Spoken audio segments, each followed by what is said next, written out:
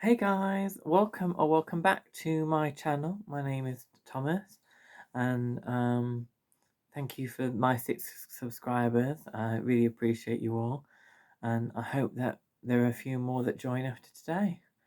And today I want to talk about mental illness and about my mental illness and how I was diagnosed with schizophrenia in 2021.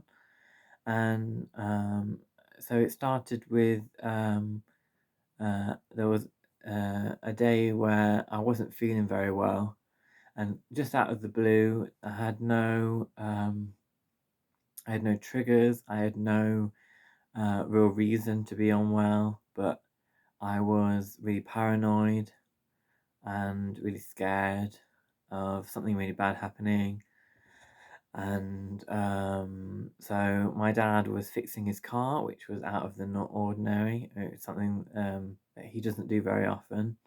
And I was really scared of what he was doing, that he was setting up cameras to watch and see what I was up to.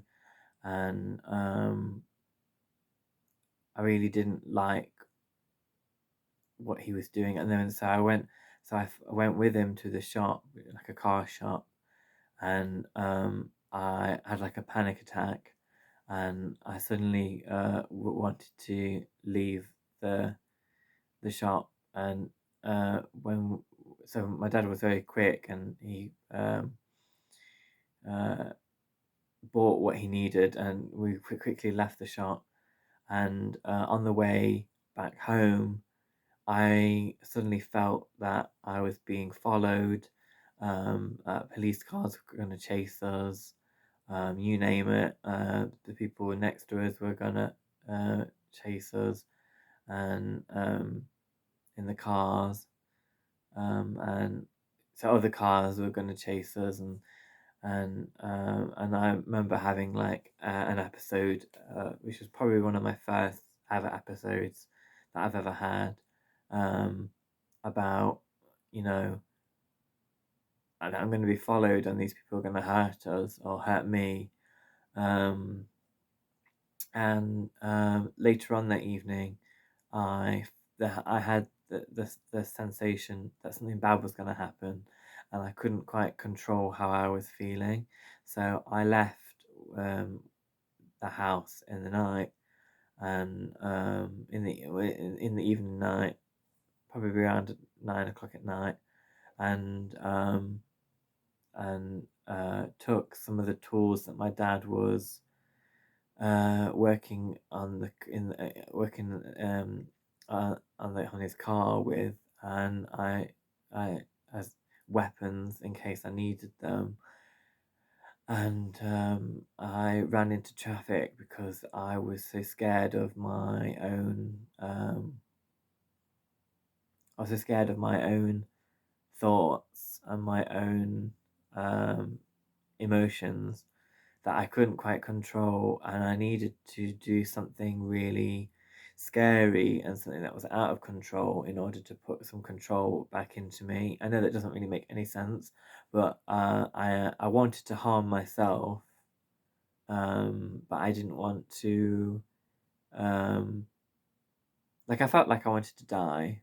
Like that's the only way I can explain it was like that was going to be the last night that anyone had ever seen me, and I was going to take my own life. And I haven't had those feelings very often. Um, in fact, I was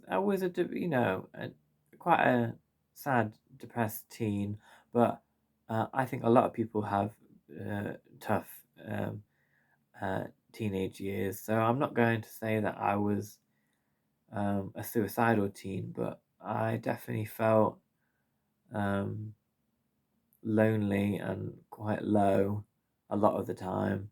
Um, but then in my adult years, I managed to grow out of that and really have an optimistic um, viewpoint of life. And so it's really strange that this psychotic, that's what they called it, the psychotic episode, which was my first psychotic episode. Why it happened really. No, we still don't know why I did that.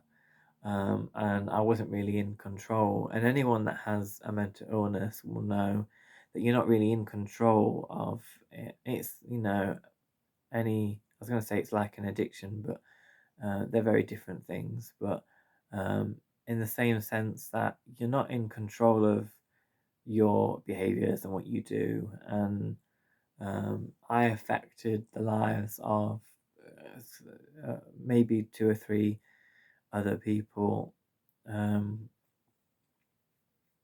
because I ran into their car, you see, and I have a bit of a broken bit of my leg. I can feel like it's separated a bit, where the bone is, so there's like two pieces, but it didn't hurt at the time, which is really strange. That I remember the police coming very quickly, actually, and I blacked out, and I don't really remember a lot of what happened, but I was acting when they came to take me away. I was acting really out of control, and I remember they took off my. I remember they took off my neck. I had a chain necklace on, and a ring, and they took that off. Then they took those off, and then they put the handcuffs on me, and I was in the back of a police van, and then I drove to a mental hospital, um, where I stayed for, is it 28 days? I can't remember now. I stayed for the admission of the what's it called? Section 1. Is it Section 1? No, Section 2. Section 2. I had Section 2. So I stayed for 28 days. And then I was put on medication, and I took the medication whilst I was in hospital. But when I left, I refused to take the medication because I thought, I've always been someone that doesn't really believe in taking medication.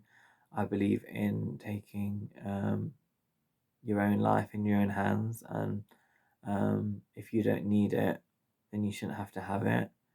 But I was not asked. I was taken in the night by the police, after refusing to take medication.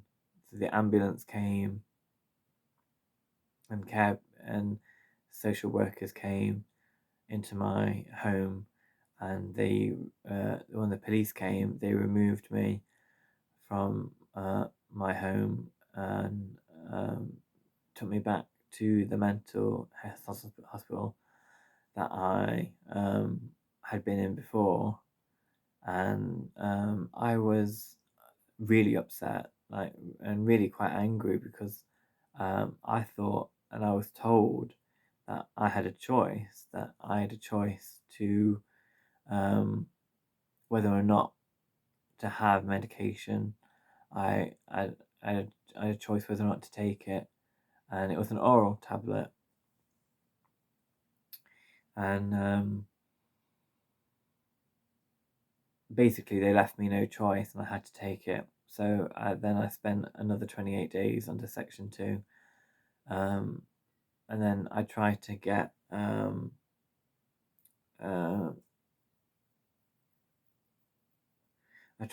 out of it, with help of a social worker, but they didn't want to. They didn't want to ease my sentence, if you call it a sentence, section. They didn't want to ease my section any earlier, even though I think they should have done, really, because I was taking the medication in hospital. So in effect, I should be taking the medication outside the hospital. So I did that, and I did my time, and I'd been on risperidone for a year, and I was doing very well, and so I came off, and then a year passed, and I started to have psychotic episodes and illnesses again, but this time they were very different, and I started to see things that weren't real, which I've always wondered, has it been taking medication for for my mental illness? Has taking medication actually triggered a mental illness to form, or was there a pre-existing mental illness? Or I don't know. It's hard to explain, but I had never seen things before, and my first admission was when they diagnosed me with paranoid schizophrenia, which I've argued many times that whether or not I actually have that illness. But it was confirmed to me that I do have a mental illness, and it's probably paranoid schizophrenia. Now that I have seen things that weren't real, and the only way I can explain it was the thing is, when I'm ill, I go missing and I lose track of time. I don't show up at work. I'm not in control of where I am, my thoughts, my behavior. And I basically had packed my bag and with clothes and overnight things, and I was going from I had my parents are separated, so I have two rooms. If that makes sense, I have two homes that I can stay at, and I basically was going from one to the other, but I didn't make it because I didn't make it from one to the other because I was seeing people that weren't there, and the only reason that I know that they weren't there is because um, they didn't move, so they were like either ghosts or shadows, or but they were visible to my eye, and I could see them. I could see them visually, but at the same time, I knew it. I knew it as a gut feeling. I knew that they weren't real. And there's that thing with schizophrenia where you think things are going to harm you. Like, that's the reason why I was diagnosed with paranoid schizophrenia. Because for some reason your instincts are telling you that that thing's going to harm you, or something's going to harm you, or somehow you're going to be hurt in some way. And I thought, and I was out for days, like disappeared for days, and my family were trying to find me, and like going driving around all the places where I could have been, and I must have been in somewhere else because they could never find me. And I had been out all night because I was seeing things running across people's roofs and people in the street, and that was really scary. And I spent like the whole night like trying to avoid these things. These, I call them ghosts trapped on the earth. That's the only way I can explain them. And I've had to come to terms with what I saw and what I had seen, and it's very difficult. And I hope that other people can watch this video and say, "Oh, I've gone through hallucinations too," or I'm scared of seeing things because I've been diagnosed with this disorder, um, paranoid schizophrenia or schizophrenic disorder. Um, yeah, it's very fear-inducing, and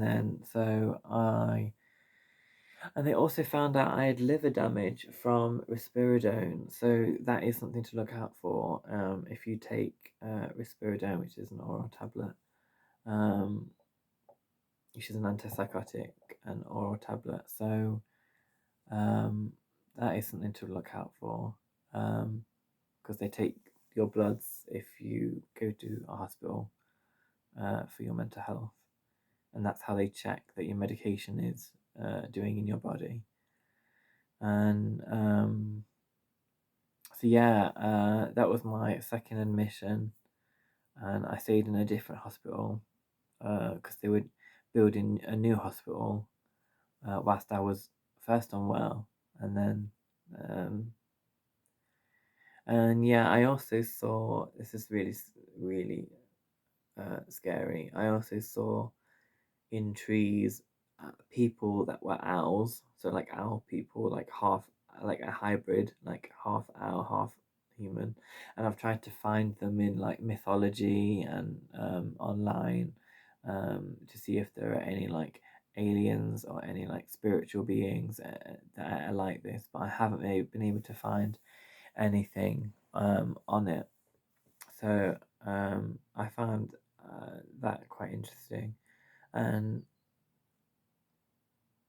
someone had recommend. Oh yeah, so I stayed in hospital, and then they recommended that I go on the depot. So I then was taking paliperidone, which was an injection that I have in my arms. You can have it in two places. I won't say where the other one is, but I choose to have it. They call it the shoulder, but it's in your upper arm, or your bum.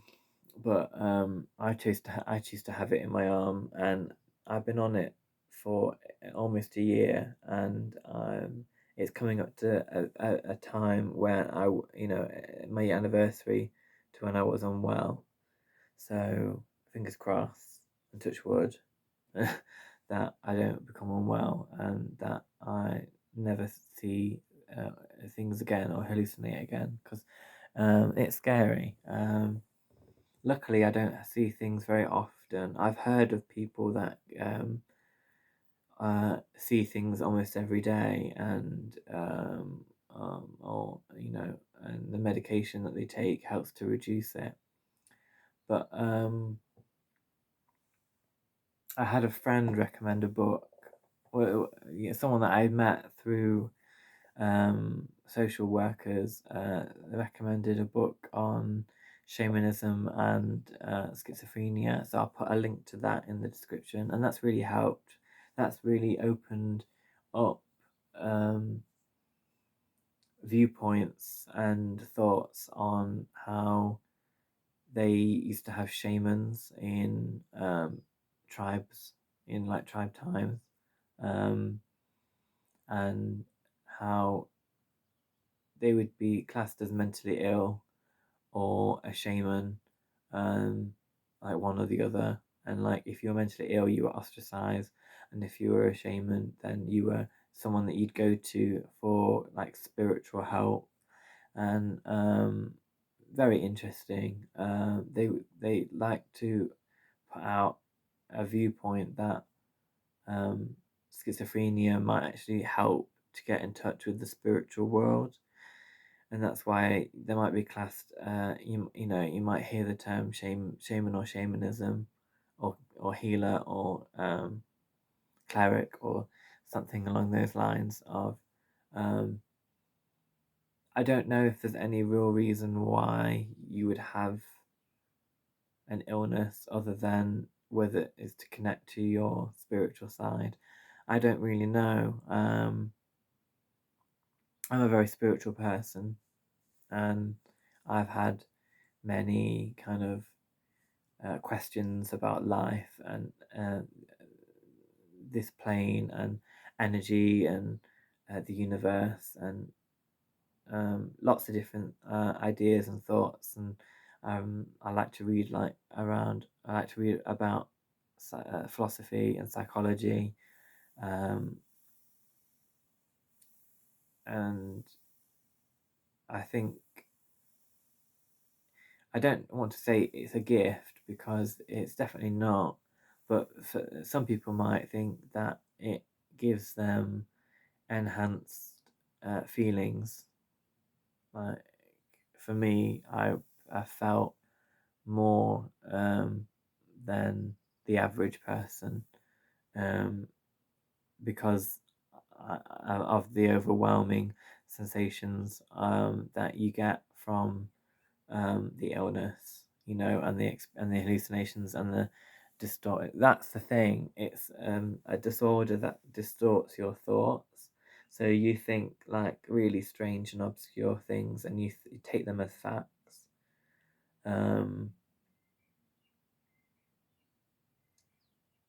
so yeah, maybe I'll make more videos in the future about my mental illness um, as the years go by. But for now, it's very early days, and it's been only a few years since my diagnosis, so hopefully it's not something that curses me for my whole life. Hopefully, with the medication that I'm on, I stay well and can function as a normal, healthy person because, since being on paliperidone, I've been, touch wood, quite well and done things like getting to work and uh, going to places and living a normal, healthy life like most people do. Um, it's like being a diabetic. A diabetic has to take their insulin, and it's the same thing with being a schizophrenic. Like you need to take your medication, and that's something that I've had to learn because I never wanted to. As defiant and strong as I am, sometimes you just need to accept the help that's given, and that's my advice from this video. So thank you so much for listening and watching, and I hope that you've enjoyed my story on my diagnosis with schizophrenia. So thank you for watching. Bye.